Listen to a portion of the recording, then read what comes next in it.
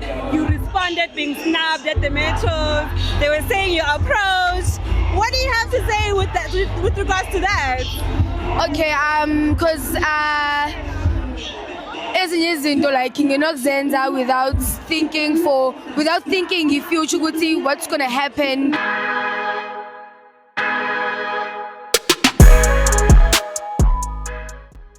Hello everyone, hope right ukulakho luhamba kahle. So ke unaledi ke emva ukuthi ahlule kuma metro angathi wakhuluma ngeBlack Mambazo ukuthi warawara bengafanele iwini bekufanele kwine yena. Manje ke abantu ke kade sebemzonda ngalokho usekwazile ukuthi axolise kuyona ke iBlack Mambazo ngayo yonke into ayishilo kubona. Shoneni khona ngingamoshela isikhathi sakho uyoyibuka leyo video. Mokuthi uyaqala ufika la, make sure ukuthi ushare usubscribe ukuze ungeke uzuphuthelwe ama video afana nalawa. Shone khona ke. People criticized the way you responded being snubbed at the metros. They were saying your approach. What do you have to say with that, with regards to that? Okay, because ezinye izinto like nginokuzenza without thinking ifuture ukuthi what's going to happen. I just do things and just sometimes like out of nowhere, out of anger sometimes nginokukhuluma nje ukuthi okay manje ngidiniwe then ngingacabangela ukuthi kusasa kuzoba njani or leyo nto izophenduka kanjani.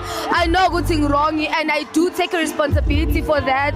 And I'm so sorry for that to people, to abantu abadala, because it's very painful ukuthi sometimes ukusebenzele into and then ungatholi reward yabo. It's very painful ukufika kabuhlungu ukuthi usebenzele lokho. I know ukuthi ama-fans athande azobe bengixina wathandeka awawuthola ngo2 million tswane ungixina ke lokho ke nje. I do not take any responsibility for that, but mina on my side I'm so sorry if khona umuntu ongeke wathinteka, especially komkhulu baby Black Mambazo. I'm so sorry for that.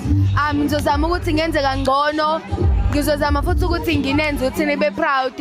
Yeah, ngiyanithanda futhi kakhulu, niqhubeni nilalela umusic wami, niqhubeni ngisupport.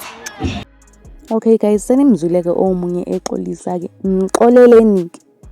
Fine ukushilo ke lokho akusho but ke mxoleleni. She did not mean it. Mxoleleni but ke ucomment down below na umbono wakho ngaye unaledi ngalolu daba lakhe nama metro. But mina ke owami sengiqedile ngivala la i-video namhlanje ngibuya ngqi.